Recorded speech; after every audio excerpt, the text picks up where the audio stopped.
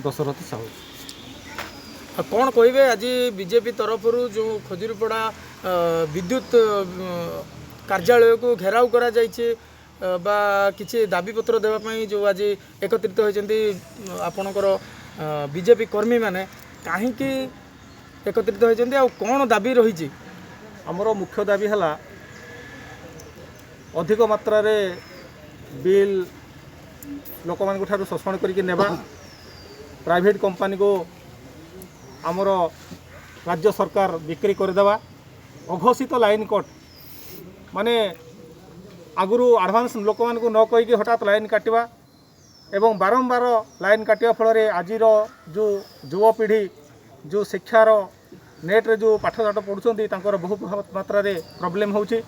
तेणु आमर प्रतिवाद है जे अघोषित विद्युत काट बंद करा जाऊ, वर्धित हार ह्रास करा जाऊ एवं 24 घंटिया विद्युत देवाई व्यवस्था करा जाऊ। सेथिपई आजिर आमर ये प्रतिवादर स्वर उठी। जो विषय कहले वर्धित बिजुली बिल एवं अघोषित बिजुली काट या व्यतीत आउ कौन असुविधा रही बिजुली उपरे कौन कहे?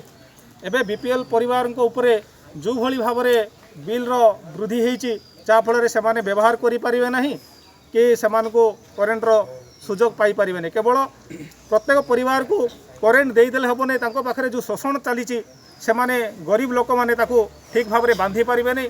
किछि दिन कलापर से जो लाइन कट हम से आमर भी मुख्य प्रतिवाद।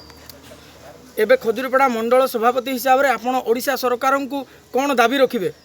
आमे मुख्य दाबी है जे अघोषित लाइन काट को बंद करा जाऊ, वर्धित हार को ह्रास करा जाऊ एवं बीपीएल परिवार ठारू उचित मूल्य रे शुल्क निया जाऊ, ताहेले आमे राज्य सरकार को एतिक आमर दाबी पत्र। धन्यवाद।